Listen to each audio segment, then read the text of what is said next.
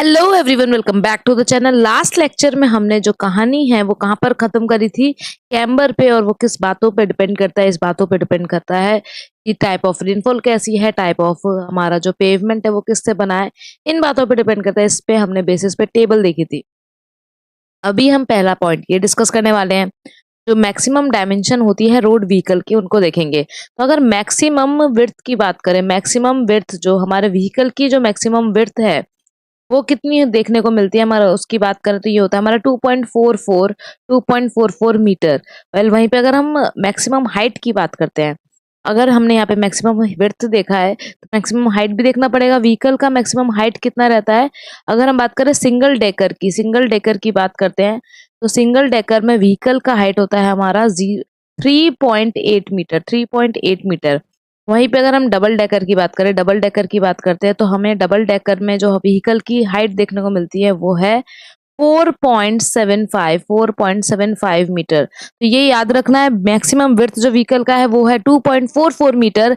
Maximum height हो जाएगा single decker का 3.8 मीटर, डबल डेकर का 4.75 मीटर। यहीं पे अगर हम बात करते हैं मैक्सिमम लेंथ की बात करें, अगर मैक्सिमम लेंथ की बात करते हैं व्हीकल की, तो मैक्सिमम लेंथ हमारे डिफरेंट डिफरेंट केसेस में हमको देखने पड़ेगा। पहला, सिंगल यूनिट ट्रक विद 2 और मोर एक्सेल। अगर हमारा सिंगल यूनिट ट्रक है, बेसिकली यहाँ पर हम किस चीज की बात कर रहे हैं? Single unit truck with with 2 और मोर एक्सेल। एक या दो या दो से ज्यादा एक्सेल अगर है सिंगल यूनिट ट्रक का, तो वो हमको देखने को मिलता है 11 मीटर। वहीं पे अगर हम सिंगल यूनिट बस की बात करते हैं, यहाँ पे सिंगल यूनिट ट्रक था, ये है सिंगल यूनिट बस विद 2 और मोर एक्सेल। दो या दो से ज्यादा एक्सेल के अगर हम बात करें, सिंगल यूनिट बस है विद 2 और मोर एक्सेल, तो ये हमें देखने को मिलता है, उसकी लेंथ हमें देखने को मिलती है 12 मीटर। अगर हम बात करते हैं सेमी ट्रेलर ट्रैक्टर की बात की जाए, सेमी ट्रेलर ट्रैक्टर कॉम्बिनेशन की बात की जाए, सेमी ट्रेलर ट्रैक्टर कॉम्बिनेशन की, तो इसकी जो लेंथ देखने को मिलती है वो है हमारी 16 metre. And tractor trailer combination की बात की जाए, ट्रैक्टर ट्रेलर कॉम्बिनेशन की बात की जाए, पहला वाला हमारा सेमी था, लेकिन ये ट्रैक्टर ट्रेलर कॉम्बिनेशन की बात की जाए तो ये है हमारा 18 मीटर। तो maximum width of the vehicle will be 2.44 metre. ये याद रखने वाली सारी बातें हैं। मैक्सिमम हाइट सिंगल डेकर की 3.8 मीटर, डबल डेकर की 4.75 मीटर। मैक्सिमम लेंथ जो है सिंगल यूनिट ट्रक की हमारा हो जाएगा 11 मीटर, सिंगल यूनिट बस का हो जाएगा 12 मीटर, सेमी ट्रेलर ट्रैक्टर का 16 मीटर, ट्रैक्टर ट्रेलर का हमारा 18 मीटर। तो ये कुछ डायमेंशंस है जो हमें याद रखनी चाहिए। वेल, अगर हम बात करते हैं यहाँ पर नेक्स्ट पॉइंट की, तो नेक्स्ट पॉइंट हमने देखा था शोल्डर क्या होता है, कर्व क्या होता है, और हमें देखना है डिवाइडर क्या होता है। तो सबसे पहले अगर हम शोल्डर की बात करें, तो जो हमारा कैरेज वे होता है, शोल्डर की अगर हम बात करते हैं, तो कैरेज वे जिसपे हमारा मूवमेंट हो रही है, उसके साइड में हम एक, उसके एडजेसेंट में जो पेवमेंट होता है उसके एडजेसेंट में हम एक्स्ट्रा विड्थ प्रोवाइड करते हैं फॉर इमरजेंसी, कि अगर किसी का टायर पंचर हो गया तो साइड में, लेन के साइड में लगा के, कैरेज वे के पेवमेंट के साइड में लगाकर वो उसको ठीक कर सके। या फिर कुछ भी गाड़ी में प्रॉब्लम देखने को मिल रही है, कुछ भी आपको थोड़ी देर रेस्ट करना है, जो एक्सप्रेस वेज होते हैं वहां पर थोड़ी देर अगर गाड़ी को रोकना है, तो ये जो हम साइड में इमरजेंसी के लिए जो पाथ देते हैं उसी को हम शोल्डर कहते हैं। तो ये क्या है? एक एडजेसेंट विड्थ है। अगर इसकी बात करें तो ये क्या है? एडजेसेंट है किसके? पेवमेंट के। तो पेवमेंट के एडजेसेंट में जो हम लगाते हैं एक्स्ट्रा विड्थ, जो एक्स्ट्रा विड्थ हम पेवमेंट के एडजेसेंट में जो हम एक्स्ट्रा विड्थ प्रोवाइड करते हैं और इमरजेंसी के लिए जो प्रोवाइड करते हैं उसको हम बोलते हैं शोल्डर, उसको बोला जाता है हमारा शोल्डर। मिनिमम जो शोल्डर हमारा प्रोवाइड करते हैं, मिनिमम कितना शोल्डर प्रोवाइड करते हो? मिनिमम जो शोल्डर हम प्रोवाइड करते हैं वो होता है हमारा अप्रोक्सीमेटली 2.5 मीटर हम मिनिमम शोल्डर प्रोवाइड करते हैं। अब यहाँ पे एक और ध्यान देने वाली बात है, लास्ट लेक्चर में हमने कैम्बर देखा था। कैम्बर क्या था? जो वाटर है उसको प्रिवेंट करा था, वाटर जो हमारा है उसको प्रिवेंट करने का काम करा था हमारा कैम्बर। जो वाटर है वो हमारे लेयर के अंदर ना जाके हमारे जो सब ग्रेड है, जो हमारा नीचे का फाउंडेशन उसको खराब ना कर जाए, तो उसका काम क्या था? जो कैम्बर हम प्रोवाइड करते हैं वो वाटर को स्लोप डाउन कर रहा था, और वो हमारा जो पेवमेंट है उसको प्रोवाइड कर रहा था, जो वाटर लॉगिंग है उससे बचा रहा था। तो अगर हम बात करते हैं जो शोल्डर का कैम्बर होता है, तो जो शोल्डर का कैम्बर है वो 0.5% स्टीपर होता है रोड के कैम्बर से। तो यहाँ पर जो हमारा रोड का कैम्बर है और जो हमारा शोल्डर का कैम्बर है, तो कैम्बर ऑफ शोल्डर, शोल्डर का जो कैम्बर है वो कितना 0.5%, तो जो भी हमने रोड पे प्रोवाइड किया होगा उससे ज्यादा 0.5% स्टीपर हमें प्रोवाइड करना पड़ता है। तो shoulder, camber of shoulder is 0.5% steeper than the camber of किसके, कैम्बर ऑफ रोड, रोड के कैम्बर से जो हमारा शोल्डर का कैम्बर है वो 0.5% स्टीपर होता है।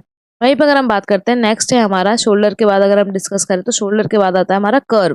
कर्व की बात करते हैं तो कर्व क्या है, सेपरेटर की तरह बिहेव करता है। It is a separator between pavement and the footpath, footpath और पेवमेंट के बीच में, या फिर जो लेटरल सपोर्ट देने के लिए हम पेवमेंट पे प्रोवाइड करते हैं वो होता है हमारा कर्व। कर्व की अगर बात की जाए तो ये क्या है, इट इज अ सेपरेटर, ये क्या है, एक सेपरेटर की तरह बिहेव करता है। सेपरेटर किस किस के बीच में, it is a separator between pavement, pavement जो है उसके सेपरेटर, पेवमेंट एंड जो हमारा फुटपाथ है उसमें सेपरेटर की तरह बिहेव करता है। फुटपाथ, वेल यहाँ पे बात करें तो ये क्या करता है, ये लेटरल सपोर्ट भी प्रोवाइड करता है। ये क्या प्रोवाइड करता है, लेटरल सपोर्ट भी प्रोवाइड करता है। It also provide lateral support. यहाँ पर अगर हम देखें तो तीन टाइप के हमको कर्व देखने को मिलते हैं, वेरी इंपॉर्टेंट, तीन टाइप के कर्व्स देखने को मिलते हैं। पहला कर्व है हमारा लो कर्व, लो कर्व या फिर माउंटेबल कर्व। तो आपने सुना होगा कि कभी कभी लोगों ने, बहुत ज्यादा ट्रैफिक है तो कर्व के ऊपर से गाड़ी, फुटपाथ के ऊपर से गाड़ी, कर्व के ऊपर से चढ़ा के गाड़ी निकाल ली। मतलब वैसे तो इसका नाम ही है लो कर्व या फिर इसको बोलते हैं माउंटेबल, तो चढ़ा के साइड में से निकाल सकते हो, गवर्नमेंट भी चाह रही है कि भाई ऐसा कर लो, जो कि सही नहीं है। तो माउंटेबल कर्व जो है इसकी अगर हम बात करें तो इसकी हाइट कितनी होती है, 100 mm, मतलब 10 सेंटीमीटर। दूसरा होता है हमारा semi barrier, semi barrier curve, तो हमारा दूसरा है सेमी बैरियर कर्व। इसमें जो हमारी होती है, अगर इसकी बात करें सेमी बैरियर कर्व की हाइट की बात की जाए तो ये होता है 150 mm। और सबसे लास्ट में होता है हमारा बैरियर टाइप कर्व, ये होता है हमारा बैरियर कर्व, ये होता है हमारा बैरियर कर्व जिसकी हाइट होती है हमारी 200 mm, ये होता है हमारा 200 mm। तो तीन टाइप के कर्व देखने को मिलते हैं, low and mountable curve, semi barrier curve, barrier curve. और इनकी जो हाइट्स है ये आपको याद रखनी है, 100 mm, 150 mm and 200 mm। Next term है हमारा डिवाइडर। नेक्स्ट टर्म की बात करते हैं तो वो है हमारा डिवाइडर। डिवाइडर क्या है, अगर डिवाइडर की बात करें, नाम में लिखा है कि वो डिवाइड कर रहा है, किसको डिवाइड करता है, टू वे ट्रैफिक को सेपरेट करने का काम है, टू वे ट्रैफिक को सेपरेट करने का काम है डिवाइडर का।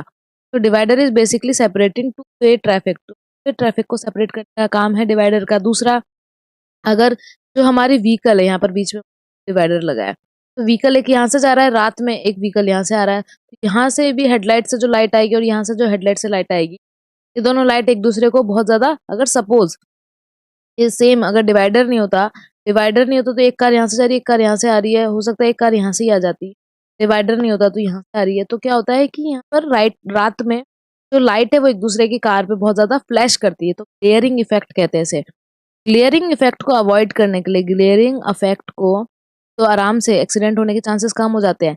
ग्लेयरिंग इफेक्ट को अवॉइड करने के लिए भी हम डिवाइडर का यूज करते हैं।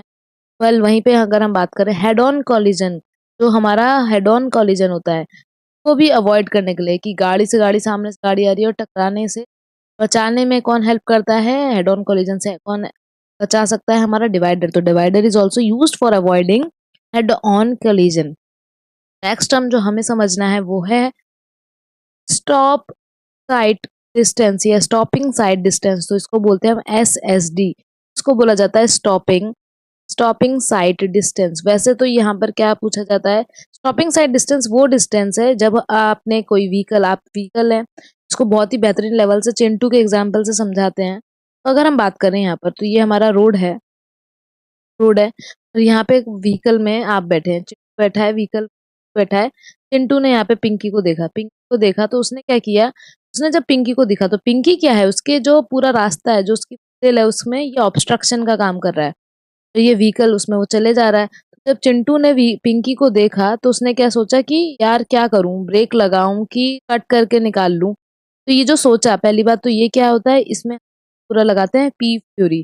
पीव थ्योरी जो होती है, पीव थ्योरी में पी फॉर परसेप्शन है हमारा परसेप्शन, आई होता है हमारा इंटेलेक्शन, आई की बात करें तो ये होता है हमारा इंटेलेक्शन, ई की बात करें तो ये होता है हमारा इमोशन, एंड वी इज वॉल्यूशन, ये हमारा पीव थ्योरी लगती है कि हमने सोचा, पहले परसीव किया, फिर हमारे माइंड ने सोचा, फिर आपके इमोशन ने देखा कि अच्छा यार रुक जाना चाहिए, पिंकी खड़ी है, या फिर चले जाना चाहिए, या फिर कट लेके निकल जाना चाहिए, मंजिल ज्यादा जरूरी है या ऑब्स्ट्रक्शन ज्यादा जरूरी है। तो बेसिकली अगर हम बात करें, ऑब्स्ट्रक्शन देखा और आपने ब्रेक लगाया, और विदाउट कॉलिजन, तो आपने ब्रेक लगाया, एक पर्टिकुलर डिस्टेंस तक चला, पहले तो आपने सोचा, तो आप सोचते सोचते ही यहाँ पर पहुंच गए, तो इतना तो डिस्टेंस आप कवर ही कर चुके हो, ये तो लैग हो गया, तो इसको बोलते हैं हम लैग डिस्टेंस। इतना तो आपने सोचा, पीव थ्योरी तक सोचते रह गए, इसको आईआरसी बोलते हैं कि इतना रिएक्शन टाइम आपने जो लिया है, इसको बोलते हैं 2.5 सेकंड एटलीस्ट आपने सोचा क्या करना चाहिए, और फिर आपने इस पॉइंट पर क्या किया, इस पॉइंट पर क्या किया, ब्रेक अप्लाई किया। तो ब्रेक ऐसा तो है नहीं 100% ब्रेक एफिशिएंसी हो, कुछ डिस्टेंस तो कवर करेगी, और यहाँ पर आके जस्ट कॉलिजन से पहले यहाँ पर आके हमारा व्हीकल रुक गया। तो ये मिनिमम डिस्टेंस है, स्टॉपिंग साइड डिस्टेंस एक मिनिमम डिस्टेंस है, जिसमें वो डिस्टेंस कवर करता है, जिसमें आप सोचते हो, समझते हो, ब्रेक लगाते हो, फिर ब्रेक के बाद भी डिस्टेंस कवर करता है, और जो ऑब्स्ट्रक्शन है उससे विदाउट कोलिजन आपकी जो व्हीकल है वो स्टॉप हो जाती है। इस डिस्टेंस को स्टॉपिंग साइड डिस्टेंस कहते हैं। और ये किस किस का सम है, ये लैग डिस्टेंस और ब्रेकिंग डिस्टेंस का सम है। अगर हम बात करें तो जो हमारा लैग डिस्टेंस है और ब्रेकिंग डिस्टेंस का ये सम है। अगर लैग डिस्टेंस की बात करते हैं, किस तरीके से फाइंड करेंगे, लैग डिस्टेंस क्या होता है, डिस्टेंस हमें पता है, distance is equal to speed into time. इस टाइम पे जो हमारा व्हीकल का स्पीड होगा इनटू हम टी आर, ये टी आर कौन सा है, रिएक्शन टाइम, जो कि हमारे को अगर क्वेश्चन में नहीं गिवन है तो 2.5 सेकेंड हम एज्यूम करके चलते हैं आईआरसी के अकॉर्डिंग। और ब्रेकिंग डिस्टेंस की अगर हम बात करें तो ब्रेकिंग डिस्टेंस का फॉर्मूला होता है हमारा, ब्रेकिंग डिस्टेंस का फॉर्मूला होता है, ब्रेकिंग डिस्टेंस हो जाता है हमारा V square upon 2gf, V square is equals to V square upon 2gf। यहाँ पे स्मॉल वी है, इसका मतलब होता है, अगर स्मॉल वी में है तो मतलब हमारा वेलोसिटी मीटर पर सेकंड में, अगर कैपिटल वी में लिखा होता तो ये हो जाता हमारा किलोमीटर पर आवर में। सबसे पहली बात हमने यहाँ पर देखा कि टाइम रिएक्शन क्या है, 2.5 सेकेंड। एसएसडी जो है बेसिकली अगर इसकी बात करते हैं यहाँ पर, तो इसका फॉर्मूला हो जाता है हमारा, अगर हम मीटर पर सेकंड में देखें तो एसएसडी का फॉर्मूला हो जाएगा लैग डिस्टेंस, जो कि v into T R, plus में क्या हो जाएगा वी स्क्वायर अपॉन 2gf। अब यहाँ पर अगर आप बात करते हैं तो ये क्या देखने को मिलता है कि जो 2gf है, यहाँ पे याद रखने वाली बात यह है कि कभी कभी gf को हम a से भी डिनोट करते हैं, a is equals to gf, ये भी एक फॉर्मूला आता है। अगर इसको किलोमीटर पर आर में करना है तो कन्वर्ट करने के बाद ये क्या हो जाता है 2.78, डायरेक्ट फॉर्मूला याद रखना है 2.78 capital V into T R, capital V denotes kilometre पर आर, फिर हो जाएगा वी स्क्वायर अपॉन में 254 ब्रैकेट में f plus minus percentage s। अब यहाँ पे परसेंटेज s किसको डिनोट कर रहा है, परसेंटेज s, प्लस में क्या होगा अगर हम अपवर्ड जा रहे हैं, माइनस में क्या होगा अगर हम डाउनवर्ड स्लोप पे आ रहे हैं।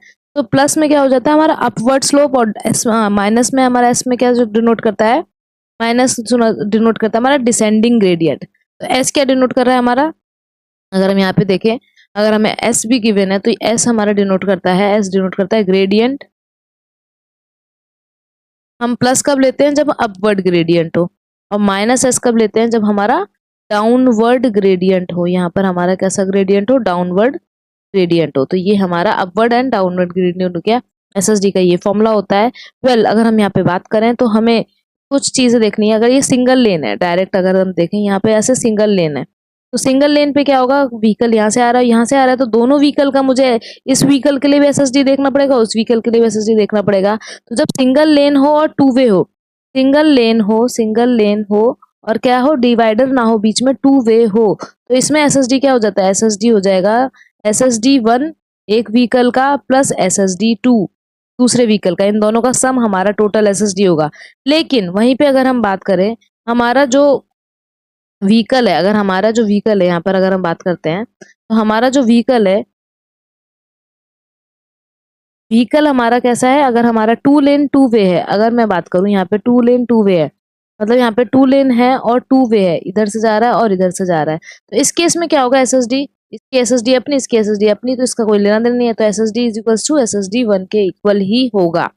लेकिन अगर टू वे है और सिंगल लेन है, यहाँ पे क्या था टू लेन, ये क्या है टू लेन है और टू वे है, लेकिन अभी हमने पहले वाला में देखा था वो केस बहुत अच्छे से याद रखना, सिंगल लेन हो और उसी में टू वे हो जाए, सिंगल लेन है और उसी में टू वे हो जाए, तो यहाँ पर SSD क्या हो जाता है, SSD1 प्लस SSD 2, तो ये बहुत इंपॉर्टेंट है। हमने जो पूरा हमारा स्टॉपिंग साइड डिस्टेंस एक RRB JEE CBT2 के एग्जाम से पूछ सकता है, हमने उसको डिस्कस कर लिया है। स्टॉपिंग साइड डिस्टेंस क्या था?